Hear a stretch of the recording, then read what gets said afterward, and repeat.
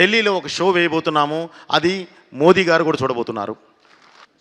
అలాగే 3D రాజు sir వీరిని అంటే 2 మాటలు మాట్లాడాలండి.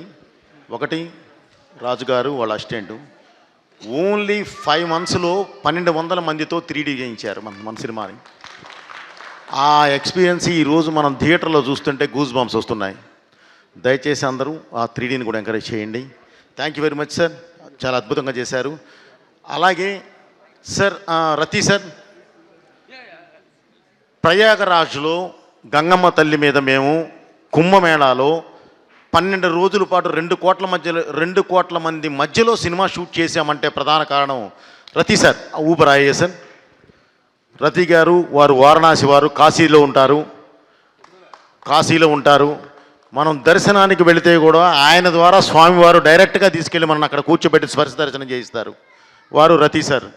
వారి వల్లే ప్రయాగరాజులో అంత అద్భుతంగా కుంభమేళా నేను షూటింగ్ చేయగలిగాను. అలాగే ఈ సందర్భంగా ఒక చిన్న విషయం నేను మర్చిపోయాను. ఇందాక ప్రేక్షకులు కృతజ్ఞత తెలియజేస్తూ ఈ సినిమాలో కొంత చిన్న భాగాన్ని మేము ఉత్తరప్రదేశ్ వెళ్ళి, లక్నో వెళ్ళి గౌరవనీయులు యోగి ఆదిత్యనాథ్ గారికి, ముఖ్యమంత్రి వర్యులు యోగి ఆదిత్యనాథ్ గారికి చూపించడం జరిగింది. ఆయన ఒక్కసారిగా అది చూసి ఒక్కసారిగా మమ్మల్ని అందరినీ దగ్గరికి తీసుకొని, అంటే ఎంత గౌరవంగా అభినందించారంటే అంత గౌరవంగా అభినందించి, ఈ సినిమా ఈ భారతదేశంలో అద్భుతంగా నడుస్తుంది, వెళ్ళండి అన్నాడు అని ఆయనే పోస్ట్ చేశారు.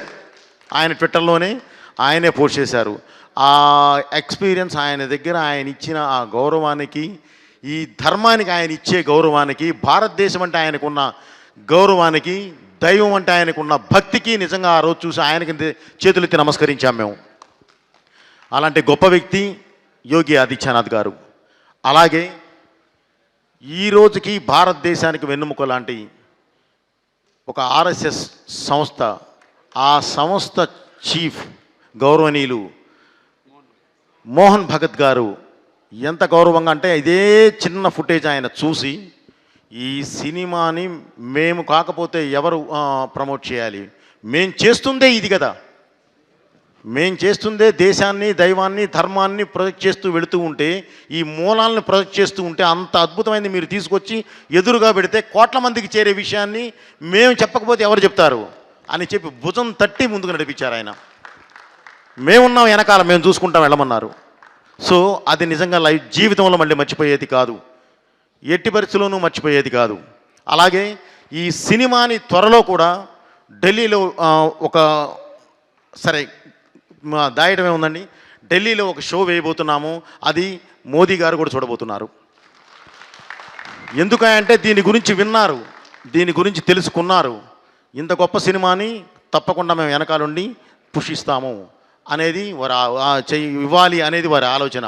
సో త్వరలోనే ఇది కూడా అక్కడ ఢిల్లీలో కూడా షో అయిపోతున్నాము. అలాగే ఈ సినిమాని ఇంత అద్భుతమైన విజయాన్ని అందించిన ప్రేక్షకులకి మళ్ళీ మళ్ళీ మళ్ళీ శిరస్సు నుంచి నమస్కరిస్తూ thank you very much. Me Boyapati Srinu. Thank you so much. ఢిల్లీలో ఒక షో వేయబోతున్నాము. అది మోదీ గారు కూడా చూడబోతున్నారు.